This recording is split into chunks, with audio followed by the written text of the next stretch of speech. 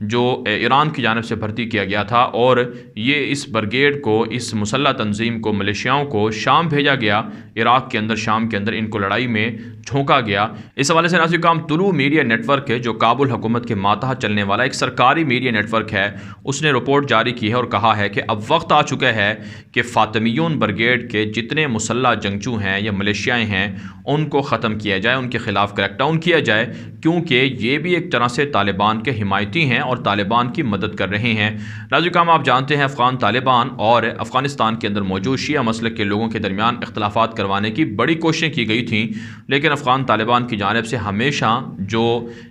شیعہ مسلک کے لوگ ہیں، ہزارہ برادری کے لوگ ہیں، ان کے ساتھ مذاکرات کیے گئے اور ان کے ساتھ ایک طرح سے ڈیل کی گئی۔ یہی وجہ ہے بہت سے جو ہزارہ برادری سے تعلق رکھنے والے لوگ ہیں، شیعہ مسلک کے لوگ ہیں، وہ افغان طالبان کے ساتھ اچھے روابط رکھتے ہیں، اور افغان طالبان بھی انہیں کہتے ہیں کہ اگر گستاخی نہ ہو،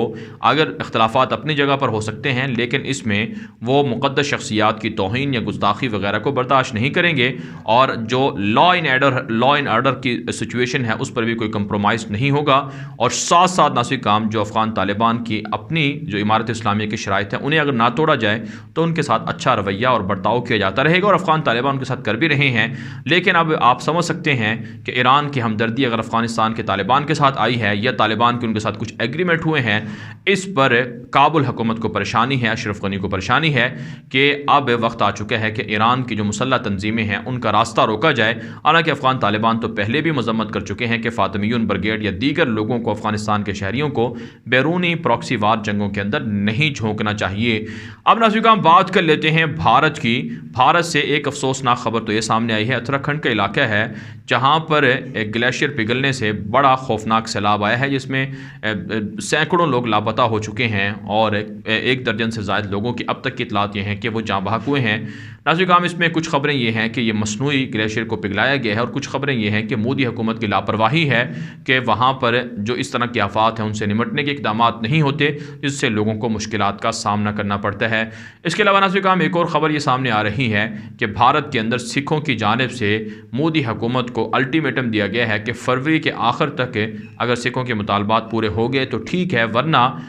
فروری کے بعد مارچ کے اندر پارلیمنٹ کے سیشن نہیں ہونے دیے جائیں گے، پارلیمنٹ کا گھیراؤ ہوگا، اور مودی حکومت کے اجلاس اور دورے وغیرہ بھی نہیں کرنے دیے جائیں گے، اور کسی بھی طرح سے مودی حکومت کو چلنے نہیں دیا جائے گا، اور ہر ہفتے چکا جام ہڑتال بھی کسانوں کی جانب سے کرنے کی دھمکی دے دی گئی ہے۔ ناظرین کرام کہا جاتا ہے کہ دنیا بھر کے اندر بھارت کی مذمت کی جا رہی ہے کہ بھارت کون سا جمہوری ملک ہے جہاں پر کسان اپنے جمہوری حق کے لیے اگر سڑکوں پر ہیں تو ان کے حقوق ان کو نہیں مل رہے ہیں۔ اس کے علاوہ ناظرین کرام اطلاعات یہ ہیں بھارت سے کہ آج مودی دہشت گرد نے آسام ریاست کا دورہ کیا ہے اور کئی سو کروڑ کے فلاحی منصوبے شروع کرنے کا اعلان کیا ہے، پروجیکٹ شروع کرنے کا اعلان کیا ہے، لیکن آپ جانتے ہیں ریاست آسام ہو یا بنگال ہو، وہاں پر ہندو نسل کے BJP دہشت گردوں کو بڑھایا جا رہا ہے تاکہ وہاں سے مسلمانوں کو یا دیگر اقلیتوں کو نکالا جائے، اور وہاں الیکشن کے حوالے سے کامیابی کے لیے بھی مودی دہشت گرد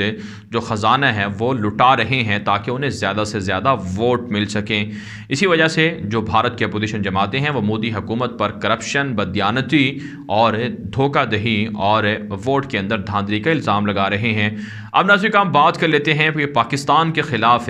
بھارت ہمیشہ الزام لگاتا رہا ہے کہ پاکستان ایک طرح سے دہشت گردوں کی اماج گاہ ہے، پناہ گاہ ہے، اور پاکستان ایک طرح سے جنت ہے دہشت گردوں کی۔ حالانکہ ناظرین کرام دہشت گردی کی تعریف ابھی تک واضح نہیں، جو اپنے حق کے لیے لڑے، اللہ کے دین کی سربلندی کے لیے لڑے، مظلوموں کو حق دلوانے کے لیے لڑے، کشمیر کے اندر کشمیریوں کی آزادی کے لیے لڑے، تو وہ دہشت گردی نہیں، وہ جہاد ہے، بلکہ وہ تو ایک اللہ کے حکم اور فریضے کو پورا کرنے کے مترادف ہے، تو اسے دہشت گردی کس طرح سے کہا جا سکتا ہے۔ بہرحال ناظرین کرام اقوام متحدہ کی جانب سے آج ایک رپورٹ جاری ہوئی ہے جس میں یہ کہا گیا ہے کہ پاکستان دہشت گردوں کے خلاف اچھے انداز سے کام کر چکا ہے اور پاکستان کی کارکردگی بہتر رہی ہے۔ ناظرین کرام ہو سکتا ہے کہ کوئی جہاد کے روپ میں پاکستان کی فوج پر حملہ کرتا ہو یا دیگر جگہوں پر حملہ کرتا ہو تو ایسے لوگوں کو یقیناً دہشت گرد کہا جائے گا جو اسلامی تعلیمات کو اور لفظ جہاد کو غلط انداز میں استعمال کرے۔ لیکن بہرحال بھارت کے منہ پر تماچا آج اقوام متحدہ نے مار دیا ہے کہ پاکستان پر یہ الزام لگانا کہ پاکستان کے اندر سے دہشت گردی ہوتی ہے یا پاکستان بھارت پر حملے کرتا ہے